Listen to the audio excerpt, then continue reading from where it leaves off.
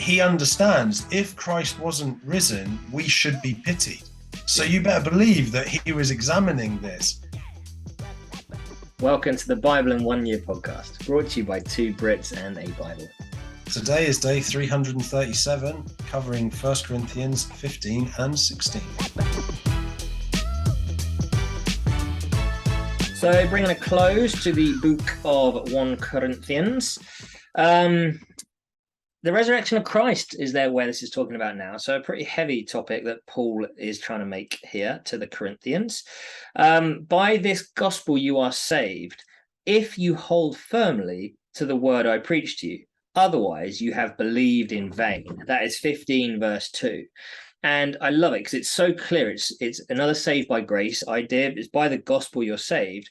But if you hold firmly to the word I preached to you, otherwise you believed in vain. It kind of reminded me only this time when I read through it. Again, read the Bible, man, because you read the same verses and something new can just pop out every blooming time. Yeah. It reminded me so much of the parable of the sower here. That like grew up quickly, but so into the shallow soil, I think it was, like grows up quickly, then the heat of the sun comes out and it withers. It's like there's no point in believing it if you're not going to stick through it for life, right? You pretty much wasted it. That's good, dude. That's really good. And yeah, that's exactly right. Like if you hear about this Jesus fellow, but you are like, yeah, I could go for that maybe, but you don't actually have any fruits, right? Like what we've been talking about as well. Yeah, it's just that you're not saved, really, unfortunately. Okay, so I wasn't going to say this one, but I just want to read this. I don't even know if I want to necessarily make a point over it. It's just beautiful. So 15, 9, and 10. I am the least of the apostles, and I do not even deserve to be called an apostle, because I persecute the church of God. By the grace of God, I am what I am, and his grace to me was not without effect. I worked harder than all of them, yet not I, but the grace of God that was with me. You know, it's just stunning humility, understanding that it's God that does it all. You know, you can see why Paul was used to rep all this, right? And yeah, I don't think I want to say anything else on it really, other than that it's just beautiful. Yeah, I think it speaks really nicely into the whole, we chatted previously about, did Paul regret like approving of Stephen being stoned and stuff like that? And it's like, actually, you know what, by the grace of God I am what I am today. Yeah, what is what he was, and he has to accept that. But don't focus on the past. I was chatting with Melody's dad earlier today, and actually in a lot of Paul's letters he doesn't refer to who you were in the past. He refers to the present and the future. So don't look backwards, be looking at what you're up to now and the future. So yeah. Really cool. Love that too. Yeah, love that. Then a little ways forward in 40, so 1 Corinthians 15 verse 14 and then verse 19, it says, if Christ had not been raised, our preaching is useless, and so is your faith. Then it goes and says in 19, if only for this life we have hope in Christ, then we are to be pitied more than all others. Basically saying if we're not correct here, then we should be pitied above anything else. But actually, if Christ hasn't been raised from the dead, it's pointless. This whole thing, this whole journey we're on is utterly pointless. And I remember when we were teenagers, mate, making a point to you along the lines of, okay, so we're both living our lives. If I'm wrong and Christianity isn't a thing, what have I lost? I've still lived a decent life, and so be it, worm food, cool. If you're wrong, and at the time where you didn't believe in, I don't know where you stood in believing in God or what, but like if you're wrong and we die, that's eternity buggered for you, fella.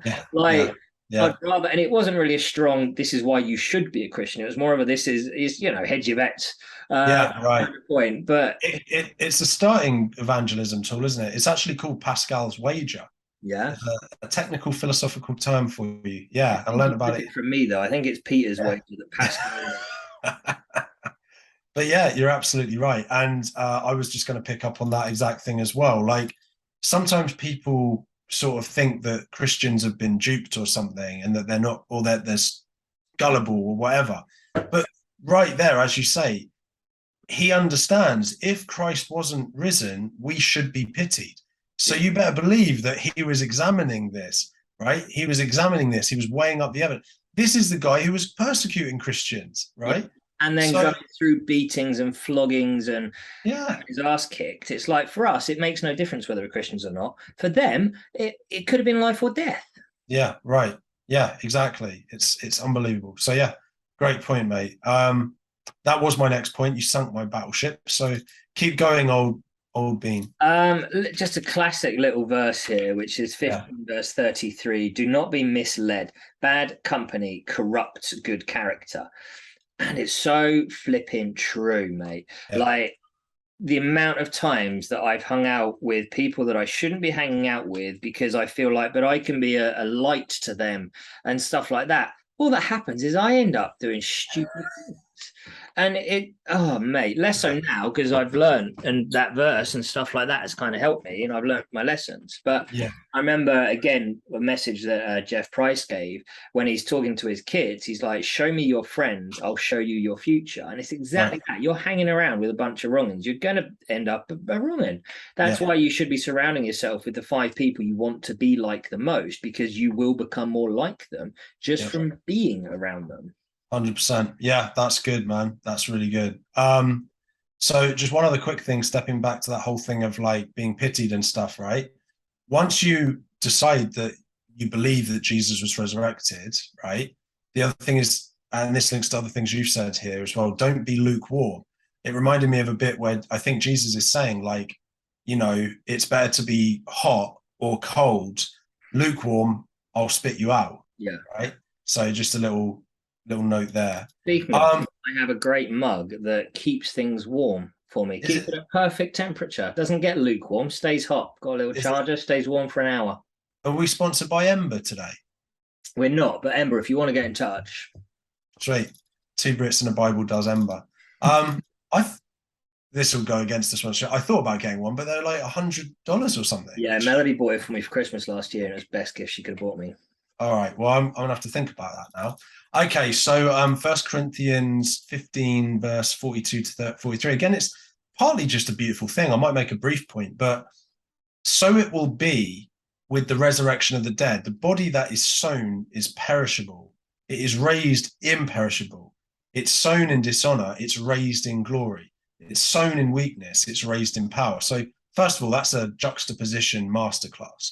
Just a lovely little contrast there. Yeah. But it's just really cool to think about this, right? Like all of the pain, suffering, all the weakness, everything that we have, it's all going to be flipped upside down. But I just thought it was a beautiful verse more than anything. It is, mate. It is a beautiful verse.